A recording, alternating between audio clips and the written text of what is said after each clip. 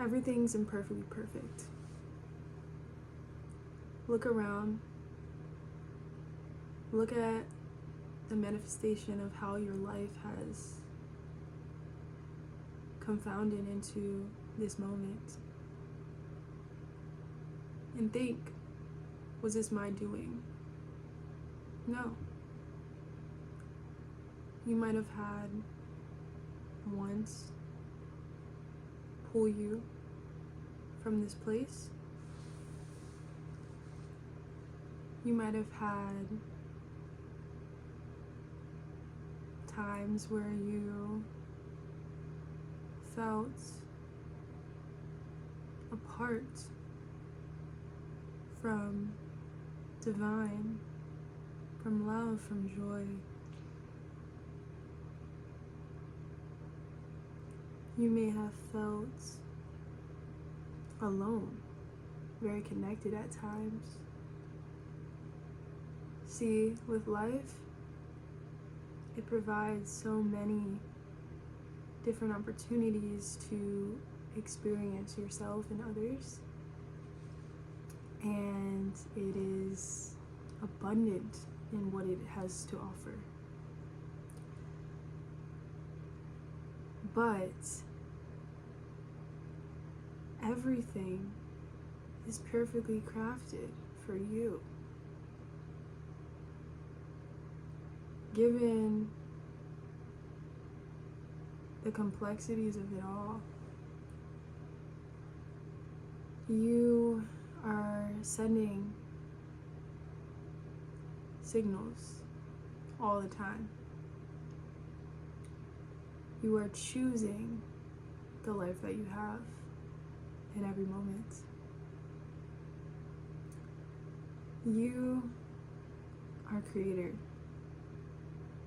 Your soul knows this. You just might not be connected to your soul. And this is a tough pill to swallow because it might not be you. No, honey, it might not be you. It might be the people that surround you. It might be your family. It might be your co-workers. It could be anyone who is not come to their own personal truth, which resides in the spirit. And you can't force it. It is in grace that we are able to come to this realization. And I'm very grateful. I'm very grateful. And I think gratitude is the highest form of love. In that power, we are able to tune into all that is and all that has been planned, and that is coming into our timeline. And you wonder, when you do receive, it feels great for a little while, but then it kind of dims into this normalcy. It's becoming a part of what you're used to, the familiar. When you have all of these ambitions and dreams and aspirations, what does it look like? Well, usually you don't have it physically in the manifested, so it seems very desirable because it hasn't yet come into your reality, and you feel that it's a part, so you want to strive for something, and that makes you eager, and it makes you ambitious and have a spunk to accumulate that, but really it already is within you. Everything that you have is because you've believed in it being aligned with you in some form. So take a look around. Take a look at all the relationships that you've crafted. Take a look at what positions you are in and where you find yourself right now at this very moment, and what has drawn you to this video. Because in the imperfectness of this all, it is actually perfect. because you see that life is just a multitude of very spontaneity and the unforeseen and the becoming and the unknown all simultaneously working together at different moments in time and space, because we're able to come together in the connection of recognizing that we are all one consciousness, separate into different bodies, which have all of the potential to create a life that is of the glorification of that which is present and still, and that has allowed us this free gift. And so when you can become connected and pour into this relation with the I am, you start to become that. Your spirit is slowly getting nourished by the fruits of being in relation. And many souls that are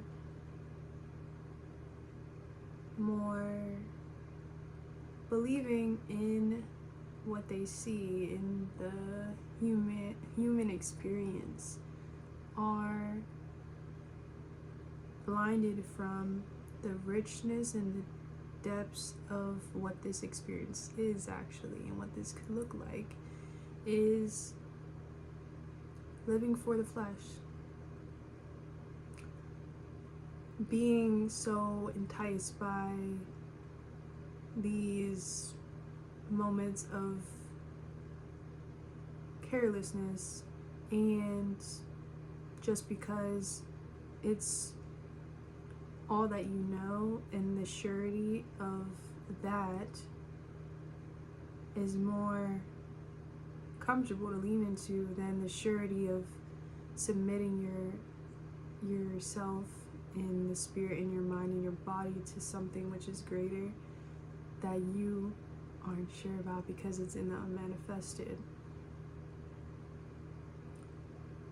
And that doesn't make it any less real.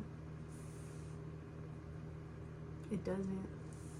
And I honestly can see that the unmanifested has a lot more power in our lives than we think that it does. Think about it. Think about your thoughts. Think about what you dwell on so much. And how is that sustaining or depleting your energy? Because it very much can be. If you meditate on what you feel good about in gratitude, like I said, more feelings of that come, right? And then you're pulling in more experiences, and you're tuning to the field in that way where it is going to find you, rather than dwelling on past negative moments, experiences that made you cling onto your ego and your identity, when really you're just pulling more of that in. But also it's just looking at it as no baby, I'm separate. Yes, that might have been something that I had to observe and been aware of, but once you come back and you find the peace that resides in the stillness that is always there, you're able to disconnect and be more connected to God. And this is why we say that He is always with us, and that He's near, and that He's closer to us than our skin is, because in the spirit always available, waiting for us to acknowledge the way that it perfectly aligns within our moment right now in time and space, which is an illusion, and that giving your life over to that which is actually doing a service to the world, and it's allowing more love. Because if we didn't have hope, if we didn't have the beauty that is expression, and if we didn't have our humanity, we would be holding ourselves captive to our own oppression of our spirits, which is the sad truth for many souls out here, is that they get so accustomed to this experience and they completely neglect their relationship to themselves, which is ultimately fostered on a higher being, whatever you feel most aligned with. I urge you to just explore that, because I don't think that is leading you astray if you're actually being intentional and being open. When your heart is open, when you're leading your life in free, being free, expressing that, your energy is pouring out onto others. And that is helping them remember why we are actually here, why we actually have such a need to be reminded of this, is because it has effects. Because you could be bringing someone to Christ, or you could be leading them away just based off of how you represent. And it's brutal out here. You know, you have to really be firm. You have to be grounded. You have to be still. Not always are you going to be like that, but I find that you want to be able to craft a space within yourself to be able to push through the inevitable challenges that this world will bring upon you. And honestly, everything is good, because if you are choosing to see it that way, then you're able to pass the tests and the trials with much more detachment, and since you don't have such a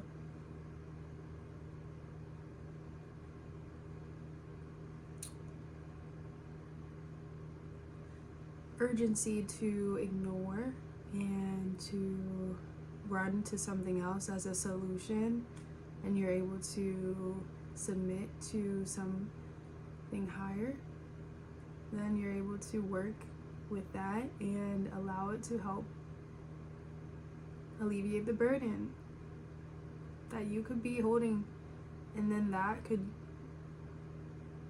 ruminate into so many different things and try to destroy your soul. That is what we are really trying to uphold. And if you look around and you're not seeing the reflection of that from people that you are exposed to on a regular basis, well, That's their choice. And we all have the grace at every moment to see that maybe that was a past version of you that you, in that specific time, had no way of connecting to this which is now. You were apart from it. You were blinded because you were in your own despair. You were in your identity that was blocking you because you formed something. You had agreements. You bound yourself to this specific reality in this specific time and place where you were, and that was your soul's own doing. And so when you get out of that and you actually come to an open perspective of receiving something much greater than whatever you thought, then that transforms you on every level. And then you are able to see that there is something here to be tapped into. There is something here that you feel, and I call you to dive deeper into that, to not judge other people for what they choose, for their own journey is completely different and complex, and that's why we don't compare. We listen and we don't judge. That's not meant for us. You're only meant to be mirrors to other people so that they can see something within themselves. Gentle spirits. Also, we have to invest in ourselves. We have to invest in our best being so that we can create the best, so that we are able to exemplify the glory. It's not for us, no, but it's for so much more, and the reward is endearingly fastened forever. So don't look for the fast and the fleeting. Look for the invaluable, precious moments that make you feel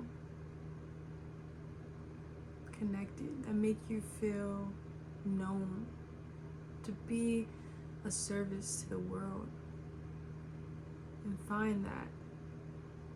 And it doesn't have to look the same as someone else's. No, you are perfectly crafted and designed and uniquely tailored to your specific way of that, and only you know this. And the more that you connect in yourself, the more that the world will connect with you, the more alignment that you have, and just releasing all expectations, any want, or any fears of displacement energy. We can't operate from that. We have to be pungent and focused. That's the only way that you're able to really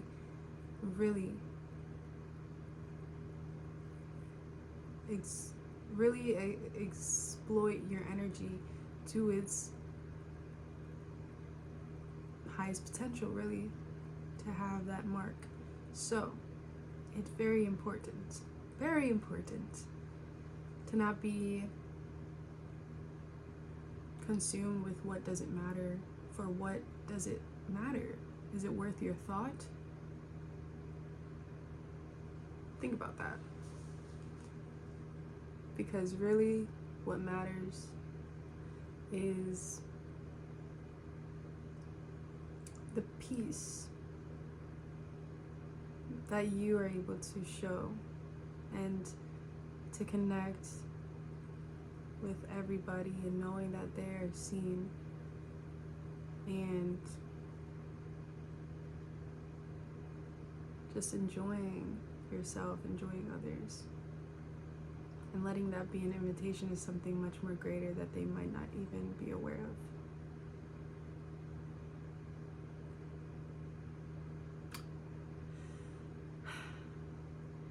I shall not want, and I shall be in still pastures.